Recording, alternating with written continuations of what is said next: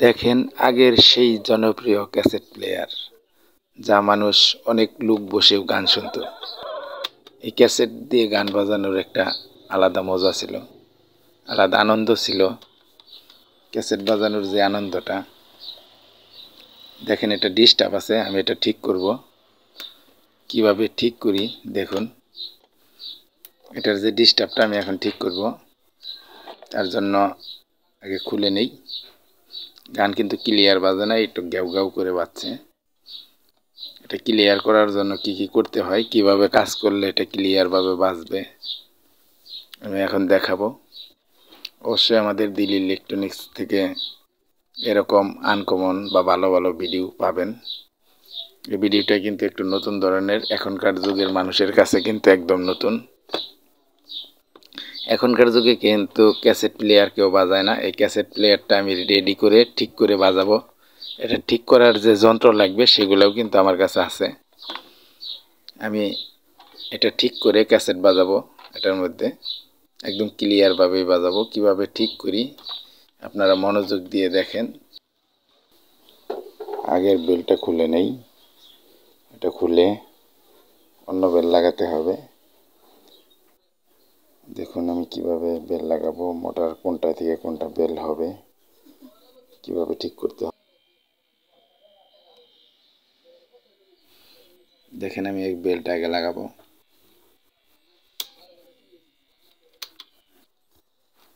দেখেন আমার কাছে অনেকগুলো বেল আছে, মোটরের বেল। এখান থেকে আমি একটি বেল লাগাবো, ওটার মাপ মতো করে। যেটা মাপ মতো হয় সেটা লাগাতে হবে। বেশি টাইট হওয়া যাবে না বা বেশি ঢিল হওয়া যাবে না। আমি লাগাইলাম, এটা কিন্তু একটু বেশি টাইট হয়ে গেছে। এর মধ্যে যদি একটু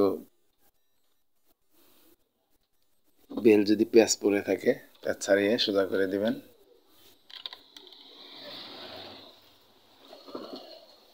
দেখেন প্লে চাপ দিলে কিন্তু এটা ঘুরতেছে। কিন্তু অন্য একটা বেল লাগাই, এটা একটু টাইট বেশি হয়ে গেছে। বেশি টাইট বেল দিলে কিন্তু বেলটা ছিঁড়ে যাবে, টিকবে না, আবার মোটরের জন্য একটু জুলুম হয়ে যায়।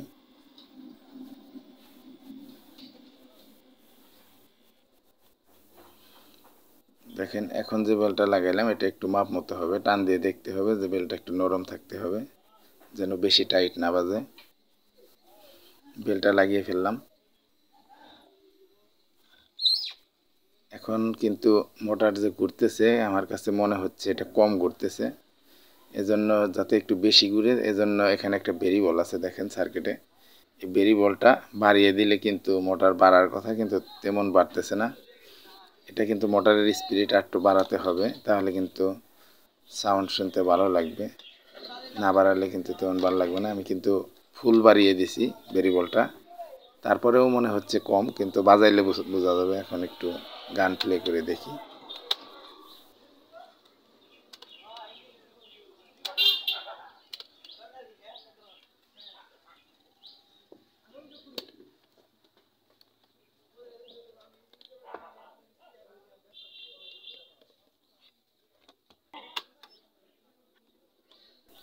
মোটরের স্পিড আর একটু বাড়াতে হবে, তা না হলে কিন্তু সাউন্ড ক্লিয়ার লাগবে না।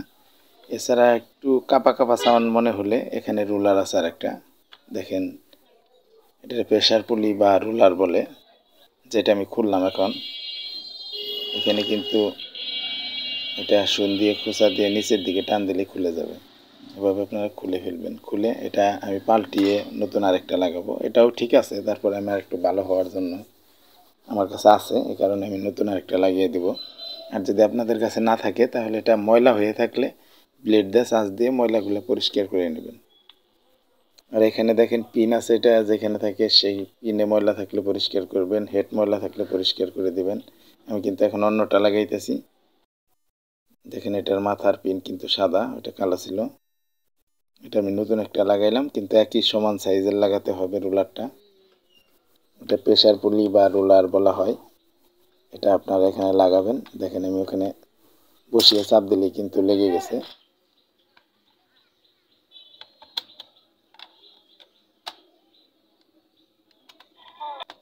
আবার খুলে নিতেছি, কারণ এটা মোটরের স্পিড একটু বাড়াতে হবে। ভেরিবল ফুল দিয়েও কিন্তু ফুল স্পিড হয় নাই। এখন আমি দেখেন কিভাবে মোটরের স্পিড বাড়াই। এখানে আইসিটা গরম হয় কিনা একটু দেখতেছি, বা রেজিস্ট্যান্স হাত দিলে মোটর বেশি ঘুরে কিনা।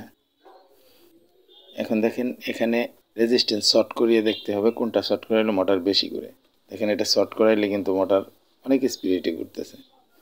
এই রেজিস্ট্যান্সটা যেটা আইসি আর ভেরিবলের মাঝখানে, আমি কিন্তু দুইটা শর্ট করালে বেশি ঘুরতেছে। এখানে আমি প্রথমে 1K একটা রেজিস্ট্যান্স লাগিয়ে দেখব। 1K রেজিস্ট্যান্স দেখেন আমি জ্বালাই করে লাগিয়ে দিলাম। 1K রেজিস্ট্যান্স লাগিয়ে একটু প্লে করে দেখি।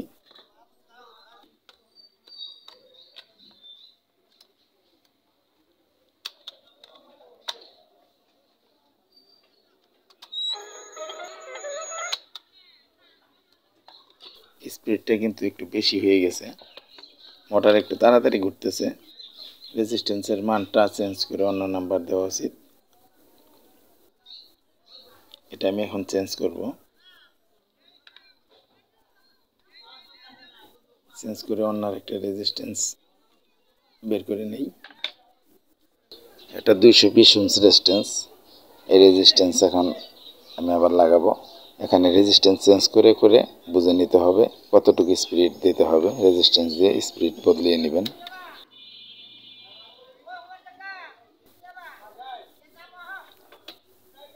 এখানে মোটরের মাথাটা একটু উঁচা করে দেব।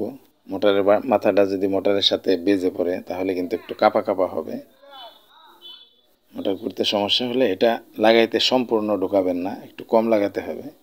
মোটরের মাথা একটু কম লাগিয়ে দিবেন যাতে নিচে ঠেকে না পড়ে, একটু উঁচাই থাকবে। তারপরে আমি আবার বেলটা লাগিয়ে দিতেছি। বেলটা টান দিয়ে আবার লাগিয়ে দিলাম। দেখেন বেল লাগাইছি, এখন কিন্তু যেভাবে এখানে ঠিকঠাক আছে। এটা যেন কাঁপা না দেয় এজন্য কিন্তু আমি আবার লাগাইলাম। এখন জ্যাক লাগিয়ে ফেলতেছি।